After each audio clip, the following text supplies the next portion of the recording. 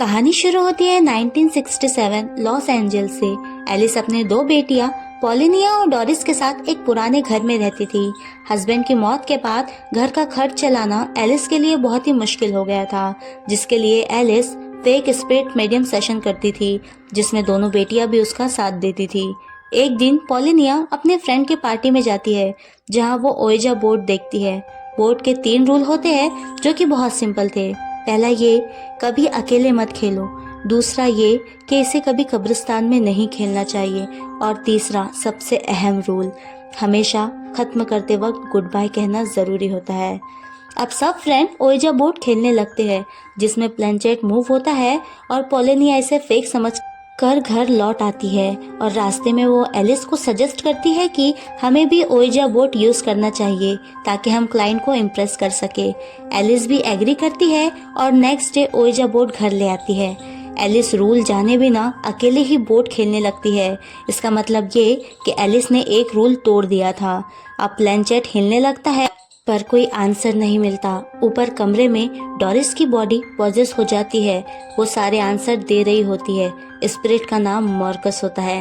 Alice good bye भी नहीं कहती और खेल खत्म कर देती है। मतलब एलिस ने एक और रूल ब्रेक कर दिया था। अब नेक्स्ट सीन में जब डोरिस बोर्ड पर बैठती है तो वो अपने डैड रोगेस से कांटेक्ट करने की कोशिश करती है एंड सरप्राइजिंगली बोर्ड रिस्पॉन्स भी करता है। उसे लगता है कि वो उसके डैड से बात कर रही है। नेक्स्ट डे पता चलता है कि डोरिस ने एक्स्ट्रा ऑर्डिनरी होमवर्क किया है, जिस पर फादर टॉम शक करते हैं और बताते हैं कि शायद एलिस ने इस होमवर्क में डोरिस की मदद की है। लेकिन एलिस बताती है कि शायद डोरिस स्पेशल बन गई है और उसने उसकी कोई मदद नहीं की। अब ये लोग जब घर वापस आते हैं तो इन्हें पता चलता है कि इनका घर सील होने वाला है, क्योंकि रोगेस की मौत के बाद एलिस ने कोई टैक्स पे नहीं किया था। अब ये सब के बीच डोरिस ओएजा बोर्ड खेलने लगती है। डोरिस बताती है कि उसके डैड ने बेसमेंट में छुपा हुआ एक कमरा बताया है जहां बहुत सारे पैसे रखे हुए हैं। एलिस चेक करती है तो सब सच निकलता है। तीनों सोचती है कि शायद ये स्पिरिट रोगेस की ही है। लिस प्लान बनाती है कि वो क्लाइंट को रियल स्पिरिट कनेक्शन का एक्सपीरियंस देंगी। पॉलिनिया मना कर देती है पर एलिस और डोरिस सेशन करती रहती है। क्लाइंट इम्प्रेस हो जाते हैं क्योंकि डोरिस उनके रिलेटिव की आवाज़ तक निकाल लेती थी। लेकिन धीरे धीरे डोरिस वियर्ड और डार्क बिहेव करने लगती है। उसके गर्दन में बहुत दर्द होने लगता है और हैवी फील होता है। एक दिन डोरिस प्लेनचेट उठाकर मिरर में देखती है तो उसे अपने शोल्डर पर एक एविल स्पिरिट दिखाई देती है। वो स्पिरिट उसके अंदर घुसकर उसे पूरी तरह से पोजेस कर लेती है। पॉलिनिया को भी नाइटमेयर आने लगते हैं। अब नेक्स्ट डे जब डोरिस स्कूल जाती है तो वहाँ उसे कुछ लड़के बुली करते हैं, जिसे वो अपनी पावर से नुकसान पहुँचाने लगती है। अब पॉलिनिया का फ्रेंड घर आता है तो डोरिस उसे अजीब सी बातें करने लगती है। उसे मौत की फीलिंग के बारे में पूछती है, जिससे वो डर जाता है। पॉलिनिया अपनी डॉल देखती है, उसके लिप्स सिले हुए थे। डोरिस कहती है कि ये मैंने नहीं किया है, ये डैड ने किया है। वो घर में आने वाली सारी आवाज़ों को बंद करना चाहते हैं।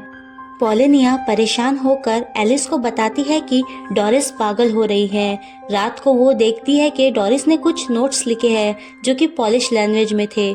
घर में किसी को भी पॉलिश लैंग्वेज नहीं आती थी। पॉलिनिया उन पेजेस को फादर टॉम को देती है और ट्रांसलेशन करवा लेती है। ट्रांसलेशन के बाद फादर टॉम शाम में घर आते हैं और वो ओएजा सेशन की डिमांड करते हैं। कहते हैं कि वो अपनी वाइफ से बात करना चाहते हैं। सेशन में डोरिस प्लेनचेट हिलाकर लीन नाम लेती है। ये फादर टॉम के वाइफ का मिडिल नेम था और डोरिस उनकी आवाज़ भी निकालने लगती है। पर सेशन के बाद फादर टॉम एलिस और पॉलिनिया को अलग से बुलाते हैं और उन्हें कहते हैं कि ये सेशन फेल हुआ है, क्योंकि उनकी वाइफ का मिडिल नेम लीन था ही नहीं, उनका नाम कैटरीन था। लीन सिर्फ मेरे दिमाग में था और डोरिस ने मेरा माइंड रीड किया है। यानी डोरिस स्पिरिट से बात नहीं करती थी, डोरिस लोगों का माइंड रीड करती थी। वो आवाज़ें भी जो डोरिस निकालती है वो सिर्फ एक वर्ड बोलती है, बाकी लोगों को वो अपने रिलेटिव्स की आवाज़ लगने लगती है। एलिस पूछती है डोरिस ये सब कैसे कर पा रही है। फादर टॉम बताते हैं कि उसे किसी एविल स्पिरिट ने पोजेस कर लिया है। वो बताते हैं कि जो नोट्स डोरिस ने लिखे थे वो मरकस नाम के आदमी की कहानी थी। फादर टॉम बताते हैं कि ये घर एक पागल डॉक्टर का था जो कई सारे लोगों पर एक्सपेरिमेंट करता था, उन्हें बेसमेंट में बंद करके मार डालता था और मॉर्कस भी उन्हीं का विक्टिम था। और वो बताते हैं कि उन सभी लोगों की लाशें इसी घर के बेसमेंट में है, यानी कि एक तरह से ये घर एक कब्रिस्तान था और ओएजा बोर्ड का एक और रूल यहाँ पर ब्रेक हो चुका था। अब फादर टॉम बताते हैं कि स्पिरिट वर्ल्ड साइलेंट और कोल्ड होता है, वहाँ कोई आवाज़ नहीं होती, पर मार्कस को आवाज़ डोरिस के ज़रिए मिली, इसीलिए वो सब क्वेश्चन का जवाब दे पाती थी क्योंकि मार्कस हमेशा उन्हीं के आसपास था। नीचे हम देखते हैं कि डोरिस सोफे पर बैठी है, आंखें भयानक हो चुकी है और उसका मुंह पूरा खुला हुआ है। तभी डोर नॉक होता है और वो नॉर्मल हो जाती है। पॉलिनिया का फ्रेंड आता है, डोरिस उसे बेसमेंट में ले जाती है। वहाँ लड़के को कुछ स्कल दिखने लगते हैं, डेड बॉडीज दिखने लगती है। पीछे डोरिस पूरी तरह से पोजेस होकर उस पर अटैक कर देती है। उसकी आंखें सफ़ेद हो जाती है और उसका गला दबाकर वो उसे मार देती है। अब फादर टॉम, एलिस और पॉलिनिया बाहर आते हैं जहां उसे उस लड़के की लाश मिलती है जो कि लटकी हुई थी। ऐसा लगता है कि उसने सुसाइड किया हो। अब फादर टॉम ओएजा बोर्ड जलाने को कहते हैं, पर जलाने के बाद भी वो बोर्ड ठीक ठाक वापस टेबल पर आ जाता है। इस बीच डोरिस कहीं नहीं मिल रही होती।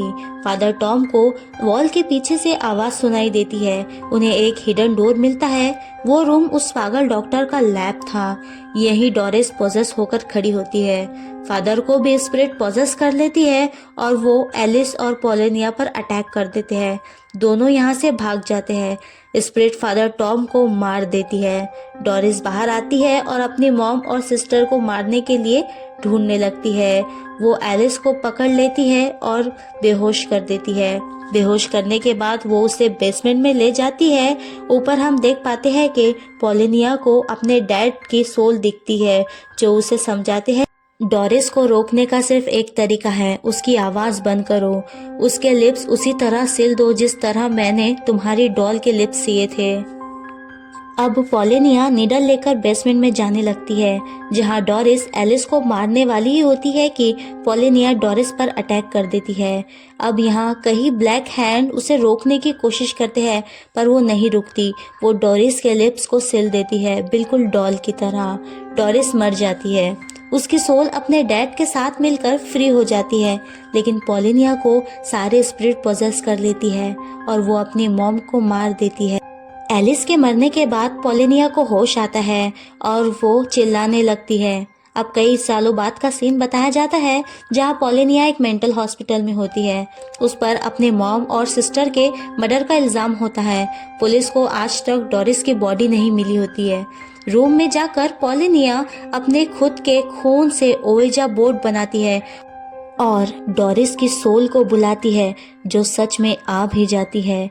अब डॉक्टर पॉलिनिया के रूम के बाहर कुछ अनयूजुअल महसूस करता है, लेकिन अंदर सब नॉर्मल दिखाई दे रहा होता है। पॉलिनिया डॉक्टर के सामने खड़ी होती है। वो डॉक्टर नहीं देख पाता कि डोरिस की एविल सोल उसके पीछे लटकी हुई है और यहीं पे ये मूवी खत्म हो जाती है।